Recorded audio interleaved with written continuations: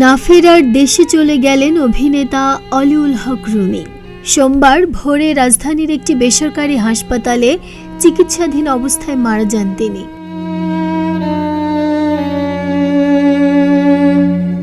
তার পারিবারিক সূত্র থেকে জানা যায়, মাসখানেক আগে হঠাৎ করেই রুমির শরীরে ক্যান্সার ধরা পড়ে। তারপর থেকে শুরু হয় পৃথিবীতে বেঁচে থাকার এক ভিন্ন উপায়।